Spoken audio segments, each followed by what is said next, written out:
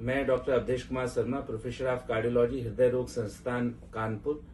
आज मैं बात करूंगा अचानक जो चक्कर आते हैं और चक्कर खा के जो इंसान कभी कभार जो है गिर जाता है। बहुत से पेशेंट्स की कंप्लेन होती है कि उनको चक्कर आ रहे हैं और वो चक्कर खाकर गिर जा रहे हैं, या उनको खड़े खड़े ऐसा महसूस होता है कि अगर हमने कोई किसी चीज का सहारा नहीं लिया तो हम गिर पड़ेंगे और चारों ओर घूमता हुआ सा मालूम चलता है। तो इसके हार्ट से संबंधित क्या क्या कारण हो सकते हैं, क्योंकि चक्कर आने के बहुत सारे कारण होते हैं। कई सारे सिस्टम से रिलेटेड बॉडी के ये सिम्टम होता है, जैसे कि कान की बीमारी हो गई, ब्रेन की बीमारी हो गई। तो मैं यहाँ संक्षिप्त में बात करूंगा कि हार्ट की वजह से कब कब चक्कर आते हैं। तो हार्ट की वजह से सबसे ज्यादा चक्कर आने का कारण होता है एबी ब्लॉक्स या फिर कंडक्शन डिफेक्ट्स, जिसको हम बोलते हैं कि हमारे हार्ट की गति जो है वो 60 से 100 बीट्स पर मिनट के हिसाब से चलती है, कि हमारा हार्ट 1 मिनट में 60 से 100 के बीच धड़कता है। तो जब ये दिल की गति जो है 60 से नीचे आ जाती है, 30 या 40 या 50 बीट्स पर मिनट पे पहुंच जाती है, तो ब्रेन को एडिक्वेट सप्लाई या जरूरी सप्लाई ब्लड की नहीं हो पाती है,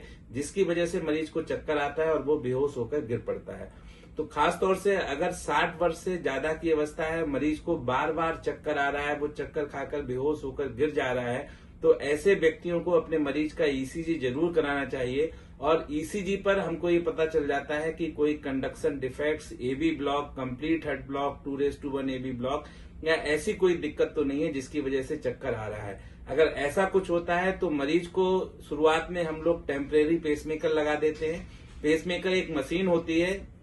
जिसमें कि जब भी हृदय की गति 60 के नीचे आएगी तो पेसमेकर एक्स्ट्रा बीट्स देना स्टार्ट कर देगा और मरीज की गति 60 के ऊपर हृदय की बनी रहेगी। तो पहले हम टेम्परेरी पेसमेकर लगाते हैं, उसके बाद जांचों के बाद अगर आवश्यकता होती है, जरूरी होता है और कोई इरिवर्सिबल फैक्टर है चक्कर आने के लिए रिस्पॉन्सिबल, तो ऐसे पेशेंट्स में परमानेंट पेसमेकर भी लगाते हैं, जो कि सिंगल चैम्बर और डबल चैम्बर के होते हैं, एमआरआई सेफ होते हैं। आजकल double chamber MRI safe pacemaker जो है वो सबसे बेस्ट